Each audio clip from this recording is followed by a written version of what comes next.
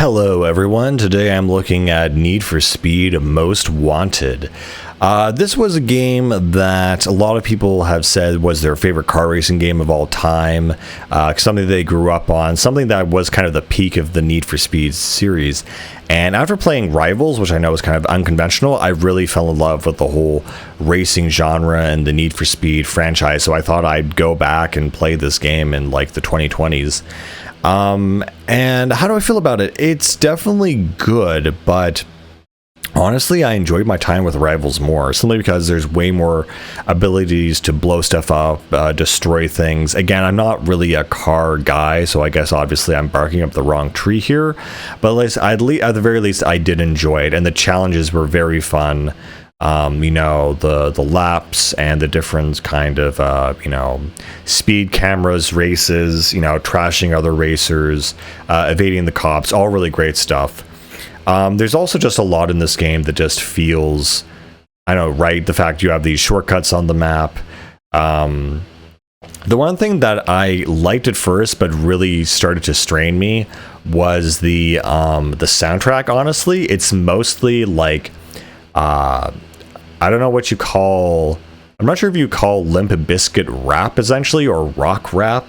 It was basically that, along with like heavy metal and like other whatever rap songs. But I really got kind of a headache of it after trying to like beat the game and grind it out. And that's the one thing I noticed about this game. It feels like it stays a little bit too long. It's a little bit just, man, for example, I think it was the third last racer, where like you're going through this industrial district, and it's really hard because it's like the pre-race requirement, and when you finally get to that racer, he ends up doing that same track but in reverse, and I just thought, man, come on.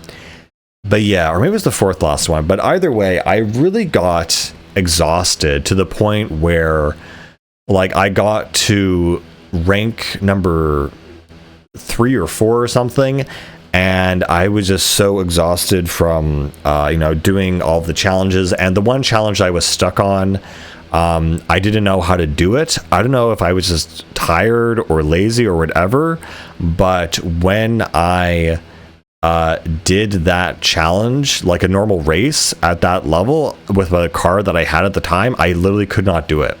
And then for some reason, I just said, you know what, if I can't even beat the qualifying race to get to this like third ranked guy who's just going to be another recycled race of something else, then why should I bother? That was kind of my thought process and idea. So yeah, I just could not bring myself to continue, and so I dropped it for like maybe a month or so, maybe 6 months, and then I came back and I thought, well, I'm going to force myself to beat it just because I got so far, I might as well. And I guess it was kind of worth it, because, surprisingly, I went back right in the game, same car, same outfit, and no upgrades, and I was able to do that race no problem. Well, actually, I think it was that race itself. I did another race, and it was actually easy. So I don't know. I wasn't playing any racing games like in between those two. So I don't know if I just got my magic back, but I was able to do it super, super easily, and it just came to me naturally. I was like, okay, I guess I can beat the game now. I give it another shot. Very funny, I guess. So this game works like other Need for Speed games. You have certain milestones to complete to prove that you're worthy to race the Net Sky, and I love that this game has a little bit more of a story, but still not really anything substantial. You have these very cheesy like cutscenes that feel like they're out of like some 90s like budget TV show, and so you have this guy who basically, Razor or something, who is basically like this guy who's challenged you to a race, and he's the big guy. He's number 1 in the blacklist, and the blacklist is a list of 15 racers who essentially are the most wanted racers in the county or something, or in the country, I'm not sure.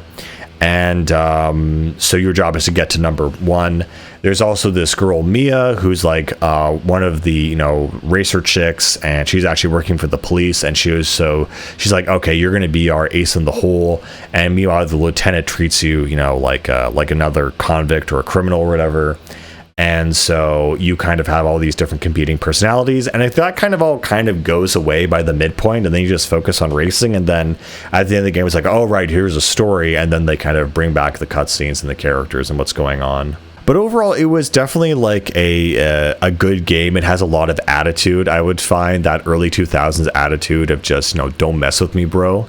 I really do kind of miss that. And again, the cars do, well, they don't all handle, well, obviously, but it's a more realistic take on it. At Rivals, it's more like, hey, go fast, go crazy. Don't worry about how the car actually is represented in the game. And this game, it feels like it's more focused on that aspect of, well, how does this car actually handle? What's the most realistic kind of version of it, while also maintaining a fun kind of aesthetic. And so if you're a real car nut, you're going to go into this and be like, oh, that's that car, or that's that car. I'm going to use it like this, or do this, or whatever.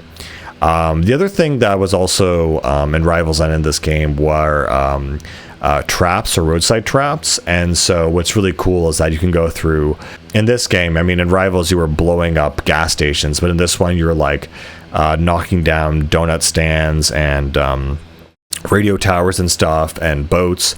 And so if you hit it in the right spot, it essentially will create this little cutscene, and even if it doesn't look realistic, it'll catch all the cop cars and other cars racing behind you and slow them all down while you kind of take the lead. Again, in the late game stage of this game, there's also weird challenges too, like, oh, hit this like speed camera while going 200 miles an hour, and like it's in a residential neighborhood, so you have to like build up your like drifting speed and boost out of turns and curves just to get it. And there was this one where I was in no danger of any cops coming or any rivals or whatever, and I just could not get it because my car was underpowered. And so in the late game, there's some very frustrating things like that where you just are unable to do certain objectives because, I don't know, you just need to upgrade your car. But again, I had that one race where I thought that was the case, but I beat it all the other races no problem. So sometimes, honestly, the best move is just to ignore certain things. And again, you can do any objective in any order you want. The only issue I find is that sometimes, again, like the objectives for certain things will be very ridiculous, like survive a cop chase for like 15 minutes or something like that. Just really hard stuff. But yeah, that's obviously at the end game. It can be very frustrating, though, especially, when you get busted, you get this awful thing where your car, if you get busted 3 times, your car gets impounded. And you do win things called strike removers every time you beat one of the major racers.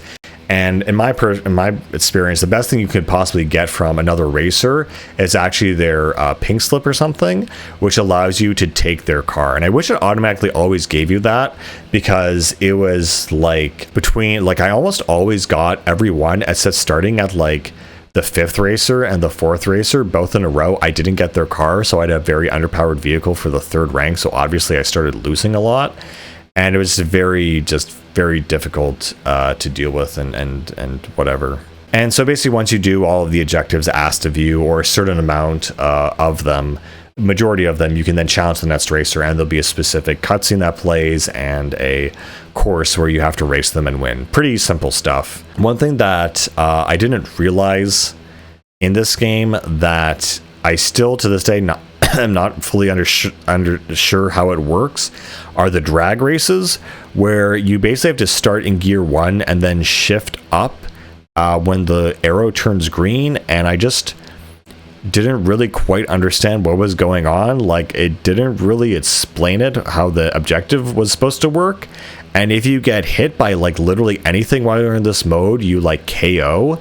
There are a lot of times I just had to restart drag race after drag race after drag race, and I kept losing until I realized you can actually nitro and boost while in drag, and I just never connected those dots. I'm super vulnerable. I have to like watch my gears. I can't overshift. So obviously going too fast with my nitros would break the car, right? No, not at all. That's what you're supposed to do. And I just won every race after that, once I realized that one real trick. It's kind of unfortunate that besides Razor, the other racers don't really have a personality. It's a little description, a little cool intro thing about them that's very kind of funny and cheesy and cool. They don't really have any personalities. They rarely say anything or even talk, and so you know, it was kind of promised to me that this has the best story of the bunch, in which case it's really not impressive. I mean, it still is something, but it's really not anything that I would say is of import. But yeah, one of the best things about this game, or the most rewarding feeling, is when you finally are able to pull off good drifts, good turns, you know, being able to like drift in a certain place, knowing when to brake, coming out of a turn. You know, if you drive around Rockfort long enough, you'll know and memorize all the turns and curves and whatever. And it feels very rewarding to basically outsmart, outrun all the cops, be able to, you know, win every race, and just take on those challenges you couldn't before. And yeah, drifting is definitely a huge part of this game, and boosting and learning how that kind of whole mechanic works is a difficulty curve and a learning curve in itself, because there's plenty of other racing games like Mario Kart, but this ain't Mario Kart. You need to adapt and learn to understand handbrake and you know, normal brake and all that other stuff. And just the dynamics between them is just very different. I have to admit, though, it's very frustrating in this game. Sometimes I've been in situations where I wanted to hit like a trap and I just missed it, and then I'm stuck in a corner, and then the police are after me. There are certain other times where I think I'm taking a shortcut, but it's actually because it's so hard to drive through that I actually lose time because of all the windingness of the roads.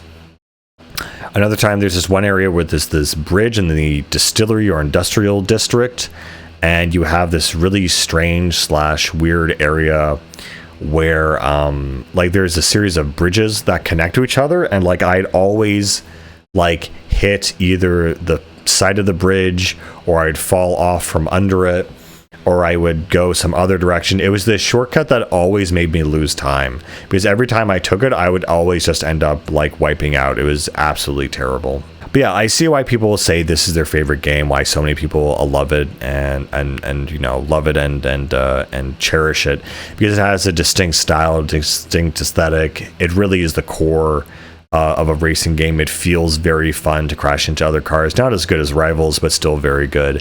Yeah, I don't know. It's a great racing game, and definitely like a classic.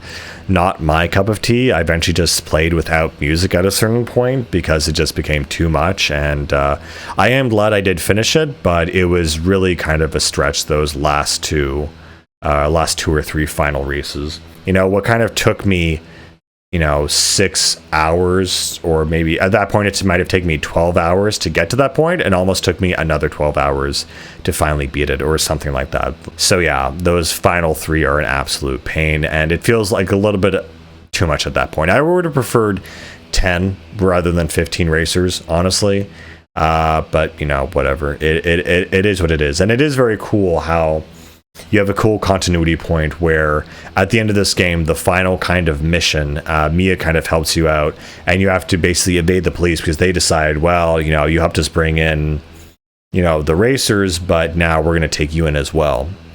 And so you get crossed by Agent Detective Cross, which I find is funny. And basically your last goal or last mission is to escape the cops and go off this basically, you know, this ramp or this bridge that's, you know, basically going up, and you basically drive literally out of the city into like the sequel to this game, which is Underground, I believe. So just really cool. Again, the chase music, I love it. It also changes on how intense it is. It's 5 heat or 1 heat or whatever. Yeah, it's I know this is the piss filter car racing game that I absolutely love. You know, complete with, you know, slow-mo and all the cool stuff. This is the ultimate car racing game, apparently. So yeah, I mean, there it is. See ya.